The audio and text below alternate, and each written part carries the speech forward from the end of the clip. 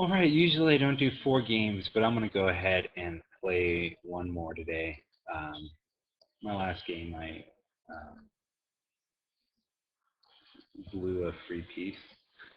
I'm going to go ahead and let's see what he plays. All right, I'm going to play the Semi-Slav. Yep. Okay.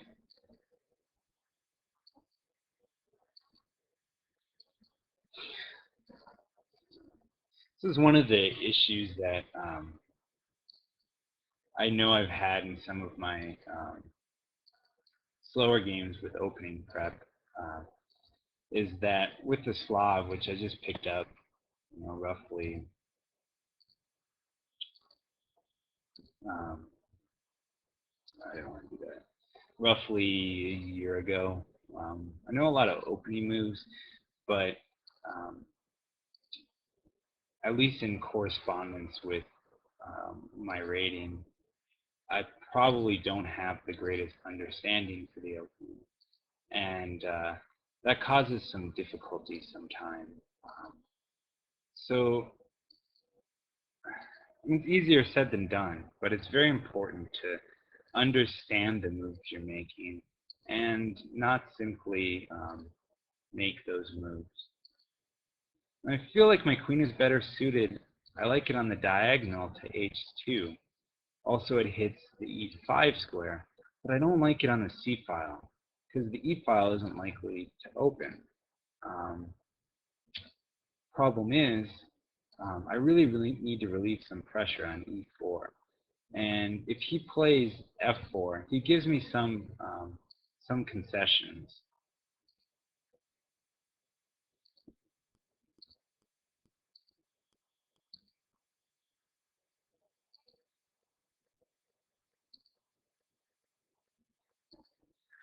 I feel like I need to play h5.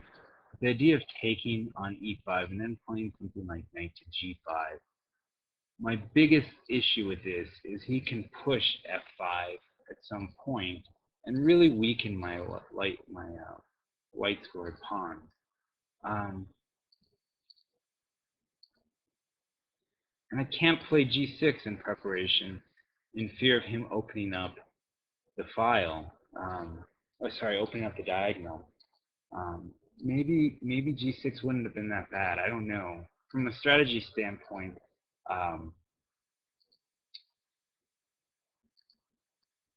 my plan isn't so impressive.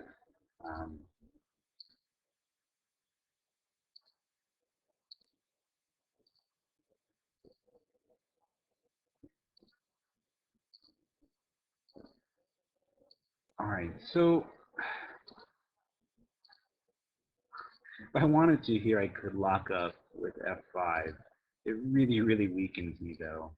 You can just play something simple like knight g5, and all of a sudden I'm scrambling to control squares.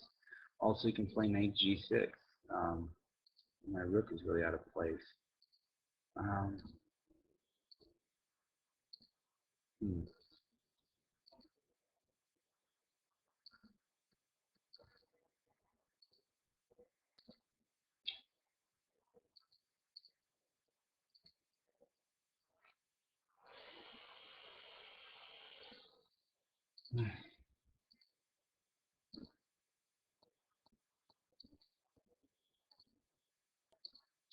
All right, well, I'm going to just go ahead and play g6, and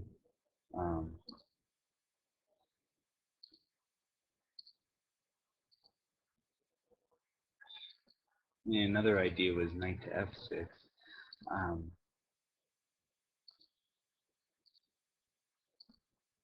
I don't know. Not in love with the move at all. Strategically, I needed answers there, and I didn't really come up with anything.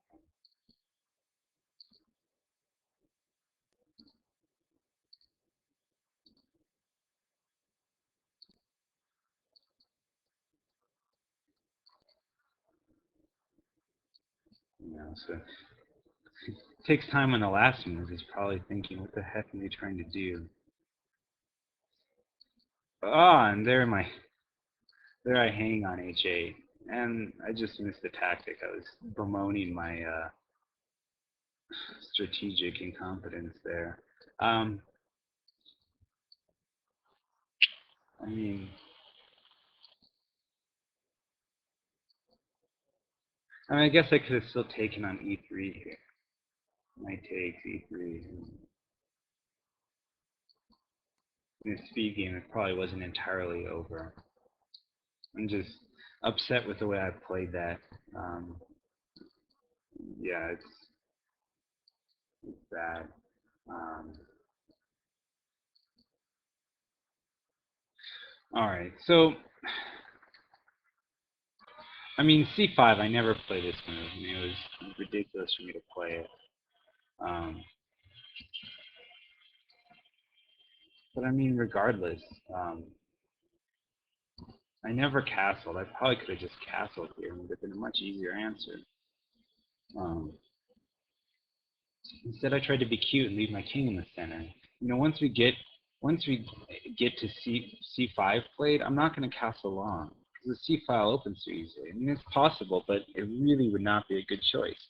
So basically, I'm saying I'm either going to sit in the center, or I'm going to play, or I'm going to castle to the king side. So just thinking about it, you know, if I'm gonna keep my king in the king side, really, what does h5 do for me? It doesn't do anything. It's a bad decision. Um, I'm really, really weakening my light squares and opening the diagonal. I mean, g6 just loses first off um, to the tactic that you saw. I mean, I can't do anything here. I have to take.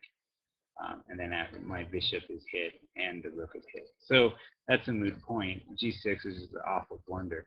But the main thing is H5 doesn't do anything for me, and it's an awful, awful move.